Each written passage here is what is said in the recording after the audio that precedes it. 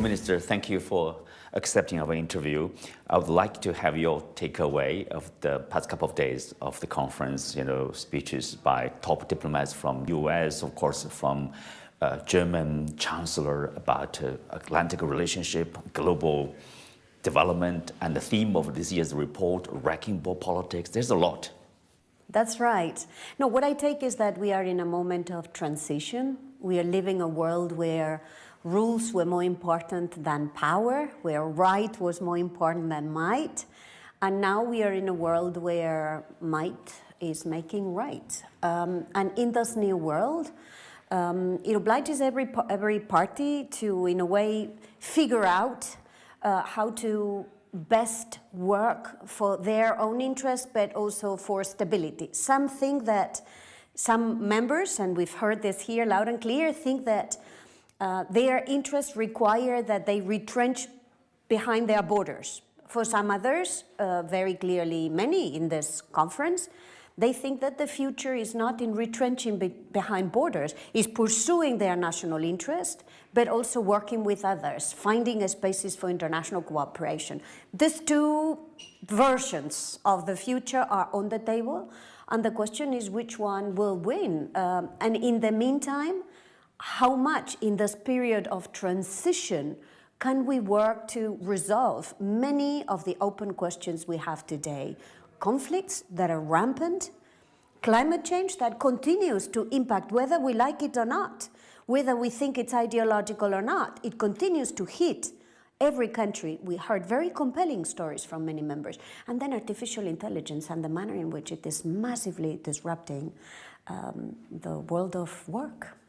Speak of figuring out the way to operate or to conduct a relationship, we have noticed that the European Union has been, I would say, in a, not aggressive, but in the sense of like forging new partnership, trade agreements with Mercosur, trade agreement with India.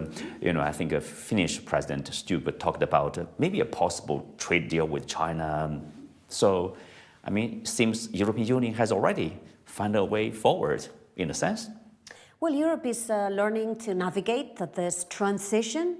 And for Europe, it's important to gain a capacity to do this, even if its friends and partners don't want to accompany the EU.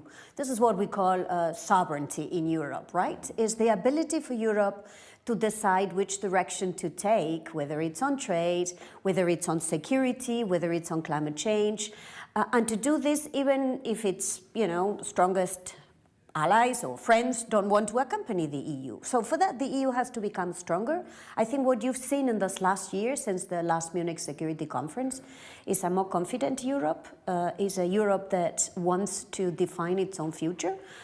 It wants to define it in pursuing its interests as Europe to get an economy that grows, a space where they can guarantee security for their citizens, a space where we are committed to fight against climate change, to keep democracy alive, but to do this not by closing ourselves, but by remaining open to the world. Hence the EU-Mercosur agreement, EU-India agreement, and many more that you will see rolling out in those 2026. Turning to across Atlantic relationship, Mark Rubio, Secretary of State of the U.S., talked, give a speech. Some say that's reassuring statements, a bit different from the one given by J.D. Vance last year. Your take, and how do you characterize the current relationship and the direction of this relationship? So I think there is two very different messages. The one from J.D. Vance last year, very aggressive vis-a-vis the European Union, wanting to show a division between Europe and America and chastising Europe for, not being good enough at keeping with Western civilization. Very clearly reflected in the national security strategy that we saw issued this year. And a message this time by Secretary Marco Rubio that is slightly different but similar, in the sense that it's still this idea that Europe has to be a faithful representative of so-called Western civilization, Western civilization defined by the US, but with an olive branch to Europe to say, we will do this together, we will do this in partnership.